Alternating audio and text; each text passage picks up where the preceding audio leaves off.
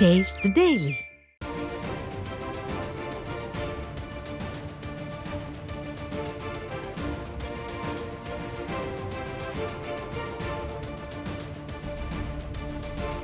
அண்மை செய்தி. சென்னை எழும்பூர் ராஜரத்னம் மைதானத்தில் ஸ்டாலினின் திமுக அரசை கண்டித்து போராட்டம் நடத்திய பகுதி நேர ஆசிரியர்கள் வலுக்கட்டாயமாக காவல்துறை கைது செய்துள்ளது.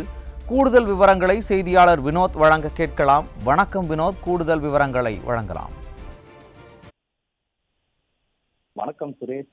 பகுதி நேர ஆசிரியர் சங்கங்களின் ஒருங்கிணைப்பு குழு சார்பாக பகுதி நேர ஆசிரியர்கள் எழும்பூர் ராஜரத்னம் ஸ்டேடியம் அருகே போராட்டத்தில் ஈடுபட்டு வருகின்றனர். குறிப்பாக திமுக அரசு தேர்தல் வாக்குறுதியாக 181 அடிப்படையில் தேர்தல் வாக்குறுதி கொடுக்கப்பட்டிருக்கிறது. அந்த தேர்தல் வாக்குறுதியில் பகுதி நேர ஆசிரியர்கள் பணி நிரந்தரம் செய்யப்படும் என திமுக அரசு பொய்யான வாக்குறுதியை கொடுத்து தற்பொழுது பகுதி நேர ஆசிரியர்களை ஏமாற்றியிருப்பதாக போராட்டத்தில் ஈடுபட்டு வரும் ஆசிரியர்கள் குற்றம் சாட்டுகின்றனர். குறிப்பாக தற்போது தமிழகத்தில் இருந்து 12,000க்கும் மேற்பட்ட ஆசிரியர்கள் தற்போது போராட்டத்தில் ஈடுபட்டு வருகின்றனர். இந்த போராட்டத்தில் ஈடுபட்டு வரும் ஆசிரியர்களை காவல்துறையினர் வலுக்கட்டாயமாக இழுத்து செல்கின்றனர். அவர்களிடம் என்ன கோரிக்கை என்று கேட்க கூட நேரமில்லை.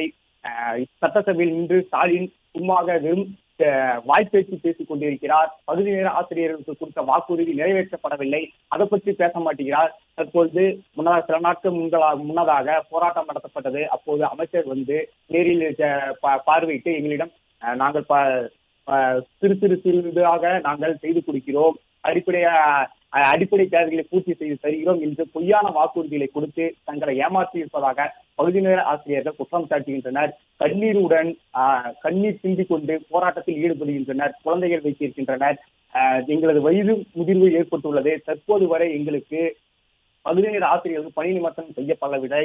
திமுக அரசு பொய்யான வாக்குறுதிகளை கொடுத்துதான் எங்களை ஏமாற்றி வாக்குகளை பெற்று ஆட்சியில் அமர்ந்து கொண்டிருக்கிறார்கள். அவர்கள் ஆட்சியில் அமர்ந்த பிறகு பகுதி நேர ஆசிரியர்களை கண்டு கொள்ளவில்லை என்பதுதான் அப்பகுதி மக்களின் குற்றச்சாட்டாக இருக்கிறது. ஆட்சிக்கு வந்து 4 ஆண்டுகள் ஆகியும் ஏன் பகுதி நேர ஆசிரியர்களை பணி நிமித்தம் செய்யவில்லை என்று கேள்வியை எழுப்புகின்றனர். தற்போது போராட்டத்தில் ஈடுபட்டு வரும் பகுதி நேர ஆசிரியர்களை காவல்துறையினர் வேண்டுமென்று அராஜகத்தில் ஈடுபட்டு இழுத்து செல்கின்றனர். அதனால் அவர்கள் பெரும் துயரத்தை அடைகின்றனர். நாங்கள் முறையாக போராட்டத்தில் ஈடுபடுகிறோம், அது கூட பாதுகாப்பு வழங்க முடியாத காவல்துறை தான் இப்ப செயல்பட்டு வருகிறதா? காவல்துறை எங்களை அதிகம் கஷ்டப்பட செய்கிறது, எங்களை இழுத்து செல்கிறது. ஆசிரியர்களுக்கு மரியாதை என்பதே இந்த ஆட்சியில் முற்றிலுமாக இல்லை. குறிப்பாக ஆசிரியர்கள் பகுதி நேர ஆசிரியர்கள் கூறுகையில் திமுக ஆட்சி 2026 முடிவுக்கு வரப்படும் என்று அழுத்தமாக கூறுகின்றனர்.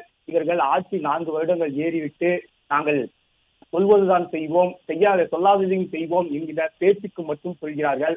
ஆனால் உண்மை என்றால் அதற்கு மாறாக தான் இவர்கள் செயல்படுகிறார்கள். இதுவே எடப்பாடி பழனிசாமி அவர்கள் ஆட்சியில் இருந்த போது பகுதி நேர ஆசிரியர்களுக்கு 5,000 சேர்த்து ஒதுக்கப்பட்டு 10,000 ஊதியம் வழங்கப்பட்டது. இவர்கள் 4 ஆண்டுகள் ஆட்சியில் இருந்து கொண்டு வெறும் 2,500 ரூபாய் ஒதுக்கியிருக்கிறார்கள். இது எந்த இதுக்கு பற்றும் எங்களது வாழ்வாதாரம் பாதிப்படைகிறது. உணவு பொருட்கள் வாங்குவதற்கு கூட எங்களுக்கு நேரம் இல்லை. அந்த அளவுக்கு குறைவான ஊதியத்தை மட்டுமே வழங்குகின்றார்கள். நாங்கள் தொடர்ந்து போராட்டங்களில் ஈடுபட்டு வருகின்றோம். இன்று வரை திமுக அரசு எந்த ஒரு நடவடிக்கையும் எடுக்கவில்லை. எங்களுக்கு பொய்யான வாக்குறுதிகளை கொடுத்து ஏமாற்றி இருக்கிறது. திமுக அரசு 2026 தேர்தலில் அவர்கள் தோற்று போவார்கள். 2026 தேர்தலில் அதிமுக ஆட்சி மலரும் என்று அவர்கள் கோஷங்களும் எழுப்புகின்றனர். குறிப்பாக பகுதி நேர ஆசிரியர்களின் கோரிக்கை, இந்த பகுதியில் தமிழகம் முழுவதும் இருக்கும் 12,000 பகுதி நேர ஆசிரியர்களுக்கு பணி நிமித்தம் செய்ய வேண்டும், அதுவும் உடனடியாக செய்ய வேண்டும் என்பதே அவர்களின் கோரிக்கையாக உள்ளது. சுரேஷ்.